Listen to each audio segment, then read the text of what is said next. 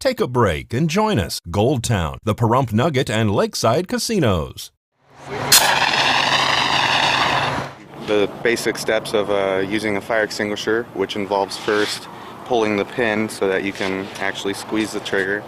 Then you grab the nozzle, point it at the fire, and in a sweeping motion from left to right, you start spraying at it as you're walking up to it from a distance about 5 to 10 feet, depending on the extinguisher. So tell me, the base of the fire, the middle of the fire, what part?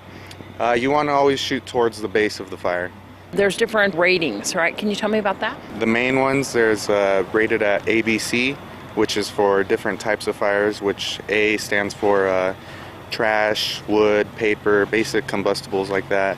B would stand for liquids, and C would be for electrical type fires. That basically hits your ordinary combustibles plus your flammable liquids, and also it could be electronic fire, so it's basically just like you saw, a dry chemical extinguisher. These fire extinguishers don't put out as much as you would normally think, do they? No, they're good for putting out a basic, like if your food catches on fire on the stove or you have something burning in your trash can.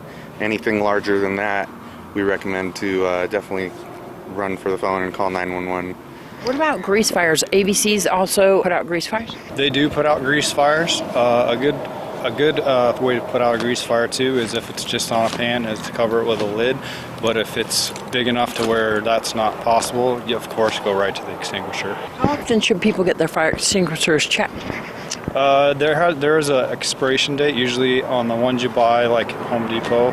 There's an expiration date on the bottom, and rather than get it serviced, it's really easier just to buy a new one when that expiration date expires. Also, to touch on, if you're practicing and you actually discharge a fire extinguisher, at that point it's out of service if it's discharged. So you can't reuse it. No. As soon as you use it the first time, after that the pressure just keeps dissipating, which is why we tell people that if you use it once, that's it, it's done. So once you release the pressure, eventually it'll all let out. So if you have one inside your car, you should have it secured, shouldn't you? Because I've heard about incidences where they actually have went off inside vehicles. Yeah, some people like to put them in the trunk of their car, and sometimes if you take a turn too hard or something, it can roll around in there and discharge on accident, and that can lead into your actual driving compartment and cause problems for you there. So definitely make sure to secure it, because you don't want it going off and causing an accident either.